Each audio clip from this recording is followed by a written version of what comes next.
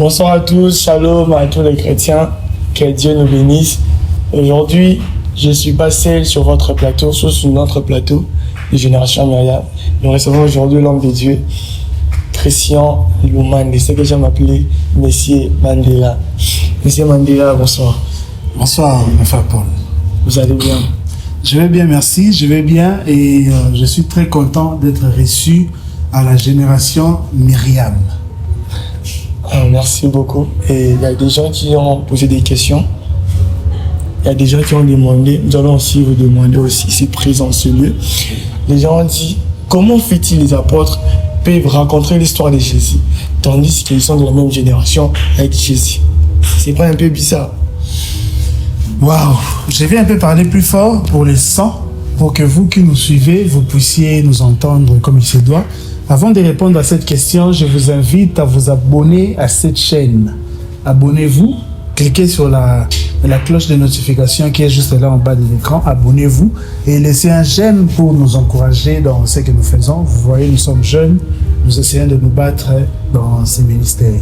Alors, les apôtres étaient de la même génération que Jésus, oui.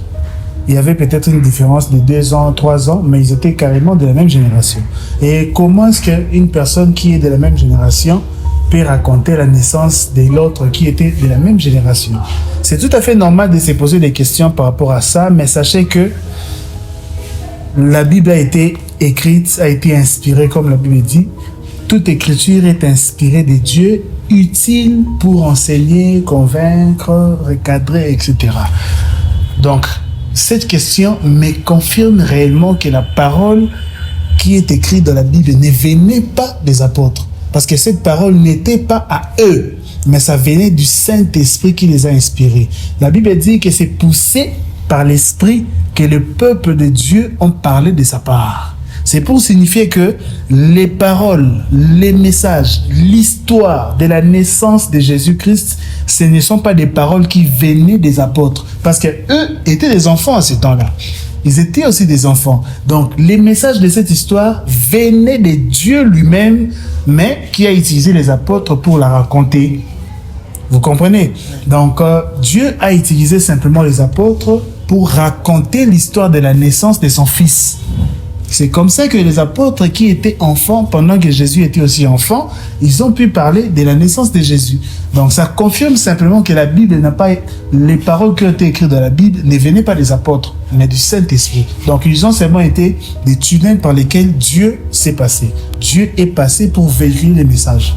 Voilà. Merci beaucoup. Et puis notre deuxième question sera un peu bilingue parce qu'il va être une source de comprendre aussi. Ok. Et nous allons parler aussi à propos de Jésus-Christ. Oui. Nous voulons connaître réellement Jésus-Christ, c'est lui le Père ou c'est lui le Fils? Parce que si vous dites que non, Jésus-Christ est le Père, comment fait-il devant la tombe de Lazare va dire Père, je te rends grâce parce que tu m'as toujours exaucé? Mais comment fait-il un Père, un Créateur, peut encore aller prier, se retirer d'aller prier? Ok, merci beaucoup pour la question. La question est tellement difficile. Je sais que beaucoup de païens utilisent ces versets-là pour nier la divinité de Jésus. Disons que Jésus était à la croix, il priait qui? Lorsque Jésus priait, il priait qui? Il s'adressait à qui? C'est comme si, lorsque nous lisons ces versets-là, ces histoires-là où Jésus parle, s'adresse à quelqu'un qui est de l'autre côté, c'est comme si Jésus avait laissé quelqu'un là-bas. C'est tout à fait normal de penser ça. Mais il faut être révélé pour comprendre certaines choses. Je vais d'abord répondre à une question. Je vais d'abord vous dire que Jésus n'est pas le Fils de Dieu. Jésus, c'est Dieu lui-même. Jésus n'est pas le Fils de Dieu, mais Jésus, c'est Dieu lui-même. C'est-à-dire que les pères, qu'on appelle les pères, les dieux que nous appelons les pères, en réalité, c'est lui qui s'est représenté en la forme de Jésus. La Bible dit que nul ne peut voir Dieu et vivre. Moïse a demandé à voir Dieu. Dieu a dit à Moïse que l'homme ne peut pas me voir et vivre. Vous comprenez? C'est-à-dire que Dieu, dans sa pleine puissance, il ne pouvait pas se révéler à Moïse. Dans sa pleine puissance, il a préféré se révéler à Moïse dans une petite partie. Donc, c'est comme s'il a je vais vous donner un exemple pour mieux comprendre ça. J'ai une bouteille d'eau et un verre. Je vais vous donner un exemple pour mieux comprendre. Ça, c'est Dieu. C'est un exemple. Je ne dis pas que c'est Dieu. Je donne un exemple. Ça, c'est Dieu. La matière, aidez-moi, la matière qui est à l'intérieur, cette eau ici qui est à l'intérieur, c'est ça Dieu. Dieu. Dieu veut se révéler à l'homme, à Moïse. Dieu, il sait très bien que s'il s'est révélé à Moïse dans sa toute puissance comme ça, Moïse va mourir. La Bible elle dit, l'homme ne peut pas voir Dieu vivre. Qu'est-ce que Dieu va faire? Puisque Moïse insiste pour voir Dieu, Dieu va se faire une chair. Il déverse une petite partie de lui. L'eau qui est à l'intérieur, c'est la même eau qui est ici. Vous confirmez? L'eau qui est à l'intérieur, tu confirmes? Oui.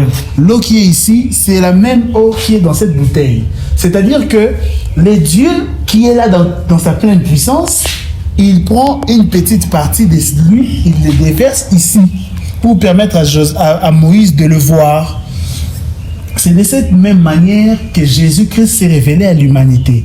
Dieu lui-même, il ne pouvait pas se révéler à l'humanité dans sa pleine puissance. C'est comme ça qu'il va se faire une chair. Il va se faire une chair. Ça, c'est la chair qu'il a fabriquée. La chair qu'on a appelée Jésus-Christ. Et il prend une partie de lui, il les déverse dans cette chair-là.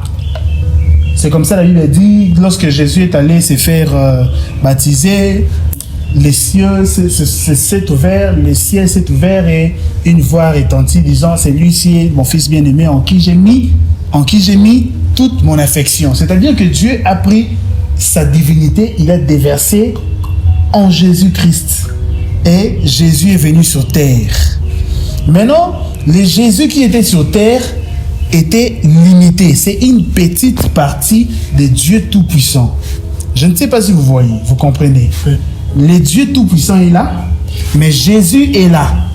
C'est-à-dire que l'eau qui est là, c'est toujours lui, Dieu. Il a déversé ça dans un corps physique.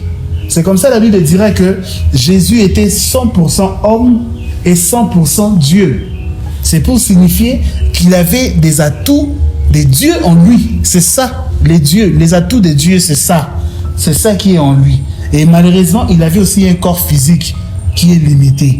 C'est comme ça qu'en étant sur terre, Jésus-Christ était limité. Il devait prier son Père, il devait prier qui? La divinité totale qui est restée. Vous comprenez? Oui, oui. Jésus a une petite partie limitée, il prie maintenant sa totalité qui est restée là-bas, de sorte que cette partie lui donne la force de faire des extraordinaires, des choses extraordinaires.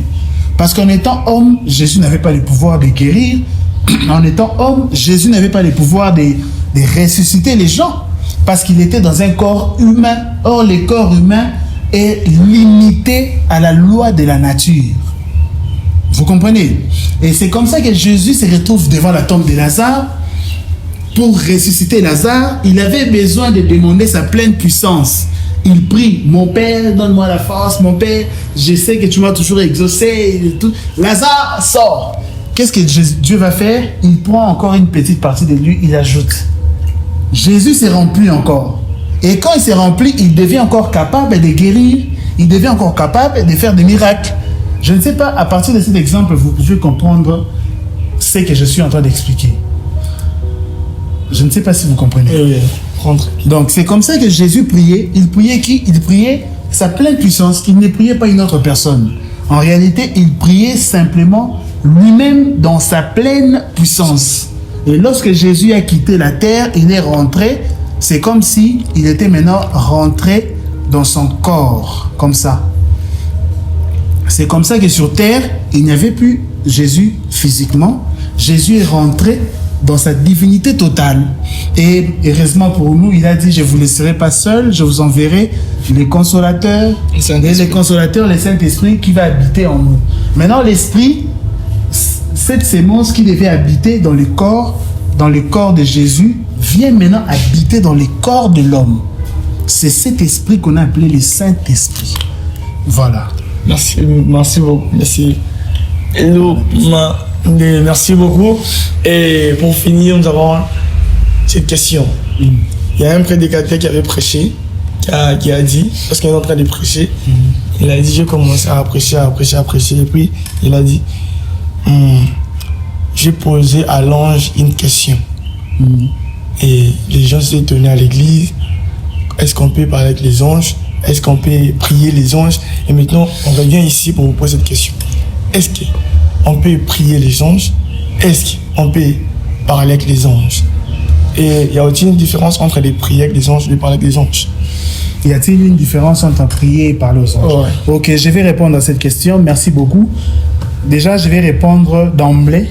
On ne prie pas les anges. Ouais. On ne prie pas les anges, mais on peut parler aux anges. Il y a une nuance. Le Saint-Esprit est déjà là.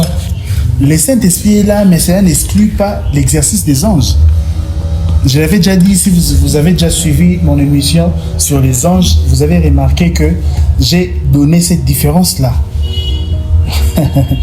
L'Esprit était descendu dans Actes chapitre 2, à partir du verset 1er jusqu'au verset 5. Le Saint-Esprit est descendu. Tout à coup, il y a un bruit, etc. L'Esprit est descendu, c'est vrai. Je suis d'accord. Mais lorsque Dieu veut donner les messages de l'Apocalypse à Jean, il utilise le Saint-Esprit. Il envoie un ange. Et qu'est-ce qui va se passer? Jean se met à parler avec les anges. Jean voulait se prosterner devant l'ange. Et l'ange lui dit, garde-toi de les faire, ne m'adore pas. Les anges eux-mêmes sont conscients qu'ils ne doivent pas être priés ni être adorés. Parce qu'on n'adore pas les anges, mais on peut parler aux anges. Jean a parlé aux anges. Le message de l'Apocalypse a été donné par les anges. Ce sont les anges qui ont donné ces messages à Jean. Ce n'était pas le Saint-Esprit.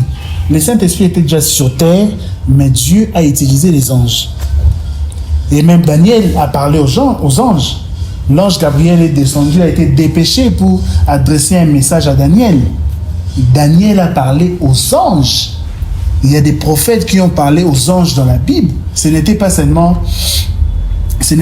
des messages qui venaient comme des visions ou le Saint-Esprit qui parle. Le Saint-Esprit parle, oui.